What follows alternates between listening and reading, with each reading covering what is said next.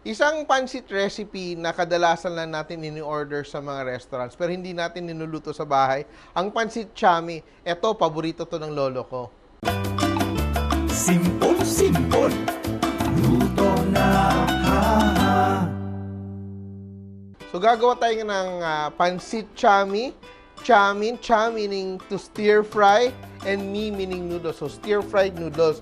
At importante dito, yung noodles niya ay yung matataba na Miki, fresh Miki na mataba. And hinugasan ko siya ng 4 times dahil nagiging maalat siya. So I'm just soaking it in water. Yan. While I saute my ingredients. So I'm just heating up my pan, oil, around 4 tablespoons of oil. Gisa-gisa lang tayo, onions, garlic, yan. Meron tayong sliced pork, yan, sliced pork. Gisa lang natin. May liver ako, pork liver. Meron akong chicken breast which I already boiled, pre-boiled yung chicken breast ko. Then I cut into pieces. Saute and I add shrimp. Season ko lang ng konting soy sauce and patis, no? So I'm using Datu Puti Soy Sauce and Datu Puti Patis. Just a little bit of patis, around 1 teaspoon to 1 tablespoon of soy sauce just to season. I also add my carrots and my bell pepper, just julienne, cut into strips.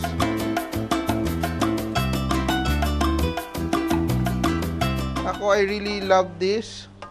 And I add my noodles. Ito yung key mo. Pag nagluluto ka ng noodles, ang dami ng tubig nilalagay mo. Depende sa klase ng noodles. For example, bihon. If you soak it in water, you use less water when you cook it. Pancit canton, you let the water boil before adding your noodles. But in this case, kasi yung noodles natin is already, it's fresh noodles and it's already, no, partially cooked. You don't have to add water anymore. Diretso na yung gisa.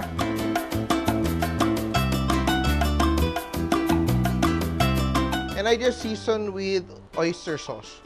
So yung gamit ko, Datu Puti Oyster Sauce. That's around 4 tablespoons. Naalala ko talaga yung lolo ko dito. Papa yung tawag. We called my grandfather Papa. And he'd take home ganito, Pancit Chami. Ito's wrapped in banana leaves. So pagbukas namin, sobrang mabango niya. Sobrang bango niya na sobrang na-enjoy kami yung buong pamilya. So this is actually a very classic Chinese noodle recipe. So once everything is already cooked, the noodles is cooked, we add black pepper. I like lots of black pepper for this. I like to bite into that pepper flavor in my noodles. I add my sitsaro, very classic sitsaro, and cabbage. Yan, repolyo. Yan. And sesame oil. Around a tablespoon or 2 of sesame oil. Just a bit of spring onions. Papatagalin pa ba natin to? Hindi, ready na ang ating pancit chami.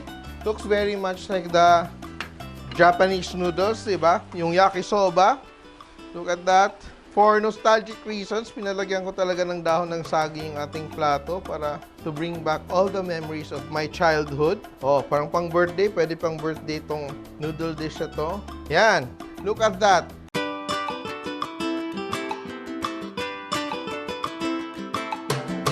Pancit Chami, simple!